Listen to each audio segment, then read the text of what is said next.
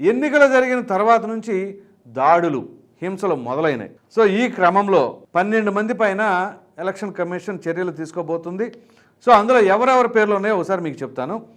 Tirupati DSP అయినటువంటి Surender Reddy, ACB CI అయినటువంటి రాజశేఖర్, అలాగే ఏసీ డిఎస్పీ అయినటువంటి భాస్కర్ రెడ్డి, అలిపిరి సిఐ అయినటువంటి రామచంద్రారెడ్డి, నర్సరావుపేట డిఎస్పీ అయినటువంటి BSN Sharma, Gurajala DSP Pallapu Raju, ACB CI Prabhakar Rao, మరో SB CI Balanagireddy, Karampudi SI Ramanjaneyulu, Nagarjuna Sagar CI Kondareddy, Tadipatri DSP Gangaiah, అలాగే తాడిపత్రి సిఐ మురళీకృష్ణ, వీరిపై విచారణ ఆదేశించిన చీఫ్ ఎలక్షన్ కమిషన్ ప్రత్యేక సిట్ కమిటీని కూడా ఏర్పాటు చేసి దర్యాప్తు చేయాలి. అదేవిధంగా వీరిపై తీసుకున్న చర్యలు 2 రోజుల్లోగా వివరణ ఇవ్వాలని చెప్పేసి రాష్ట్ర ప్రభుత్వాన్ని ఆదేశించడం జరిగింది.